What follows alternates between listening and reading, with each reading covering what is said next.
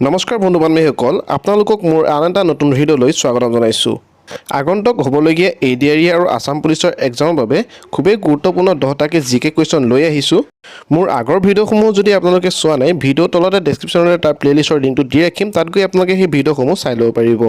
ইয়াৰ আগৰ ভিডিঅ'টোত আপোনালোকলৈ আগবঢ়োৱা কুৱেশ্যনটো হৈছে ভাৰতৰ সংবিধানৰ বৰ্তমান কিমানটা অনুচ্ছেদ আছে এই অপচনসমূহৰ ভিতৰত শুদ্ধটো হৈছে অপচন নম্বৰ সি 448টা অৰ্থাৎ 448টা ভাৰতৰ সংবিধানত বৰ্তমান 448টা অনুচ্ছেদ আছে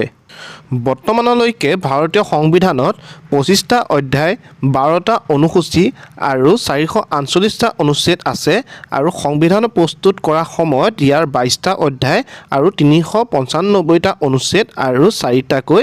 কি কৰা হৈছিল অনুসূচী আছিল মনত ৰাখিব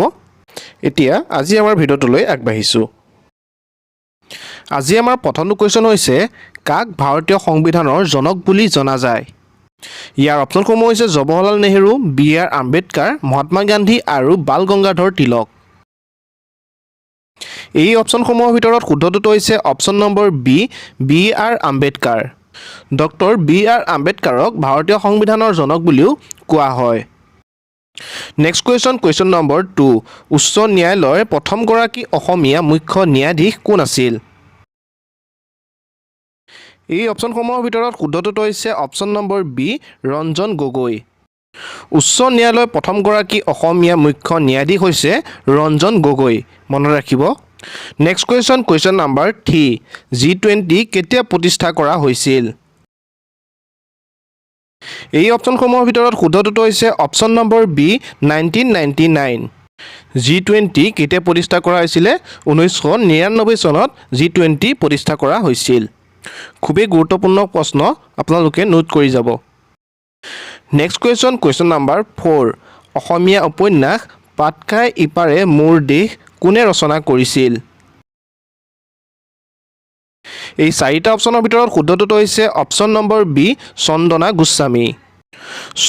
গোস্বামীয়ে অসমীয়া উপন্যাস পাতকাৰ ইপাৰে মোৰ দেশ ৰচনা কৰিছিল নেক্সট কুৱেশ্যন নম্বৰ 5 ভাৰতৰ আটাইতকৈ ডাঙৰ মিঠা পানী হ্ৰদ কোনখন এই অপচনসমূহৰ ভিতৰত শুদ্ধটো হৈছে অপচন নম্বৰ এ ৱালাৰ লেক ভাৰতৰ আটাইতকৈ ডাঙৰ মিঠা পানী হ্ৰদটো হৈছে ৱালাৰ লেক আৰু এই ৱালাৰ লেকটো জম্মু কাশ্মীৰ বান্দিপুৰৰ জিলাত অৱস্থিত ইমানখিনিলৈকে যদি ভিডিঅ'টো চাই ভাল পাইছে ভিডিঅ'টো এটা লাইক কৰি দিব আৰু এনেধৰণৰ প্ৰশ্নসমূহ প্ৰতিদিনে পাই থাকিবৰ কাৰণে চেনেলটো ছাবস্ক্ৰাইব কৰি ল'ব নেক্সট কুৱেশ্যন নম্বৰ 6 কুটা চহৰ কোনখন নদীৰ পাৰত অৱস্থিত এই অপচনসমূহৰ ভিতৰত শুদ্ধটো হৈছে অপচন নম্বৰ বি চম্বল নদী কুটা চহৰ চম্বল নদীৰ পাৰত অৱস্থিত নেক্সট কুৱেশ্যন নম্বৰ 7 কোনখন নদীক দক্ষিণ গংগা বুলি কোৱা হয় এই অপচনসমূহৰ ভিতৰত শুদ্ধটো হৈছে অপচন নম্বৰ এ গোদাবৰী নদীক দক্ষিণ গংগা বুলিও কোৱা হয় এটা খুবেই ইম্পৰ্টেণ্ট কুৱেশ্যন মনত ৰাখিব নেক্সট কুৱেশ্যন নম্বৰ 8 1930 চনৰ গান্ধী দাণ্ডী যাত্ৰাত অংশগ্ৰহণ কৰা অসমৰ ব্যক্তিজনৰ নাম কি এই অপচনসমূহৰ ভিতৰত শুদ্ধটো হৈছে অপচন নম্বৰ এ লীলাধৰ বৰুৱা 1930 চনত গান্ধীজীৰ লগত দাণ্ডী যাত্ৰাত অংশগ্ৰহণ কৰা অসমৰ ব্যক্তিজন হৈছে Liladhar Barua next question number 9 Ganga আৰু ব্ৰহ্মপুত্ৰ নদীৰ উৎপত্তিস্থল ক্ৰমে ক'ত অৱস্থিত এই অপচনসমূহৰ ভিতৰত শুদ্ধটো হৈছে option number D in Uttarakhand আৰু টিবেট গংগা নদীৰ উৎপত্তিস্থল হৈছে উত্তৰাখণ্ড আৰু ব্ৰহ্মপুত্ৰ নদীৰ উৎপত্তিস্থল স্থান হৈছে তিব্বত নেক্সট কুৱেশ্যন নম্বৰ 10 মহাৰাজা ধীৰাজ উপাধি গ্ৰহণ কৰা প্ৰথম গুপ্ত ৰজা কোন আছিল এই অপচনসমূহৰ ভিতৰত শুদ্ধটো হৈছে অপচন নম্বৰ বি চন্দ্ৰগুপ্ত প্ৰথম মহাৰাজ ধীৰাজ উপাধি গ্ৰহণ কৰা প্ৰথমজন গুপ্ত ৰজা হৈছে চন্দ্ৰগুপ্ত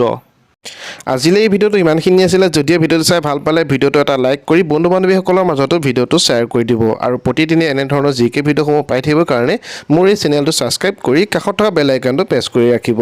আজিলৈ মই ৰাজাই বিদায় লৈছোঁ পুনৰ লগ পাম নতুন এটা ভিডিঅ'ত ধন্যবাদ জয় আই অসম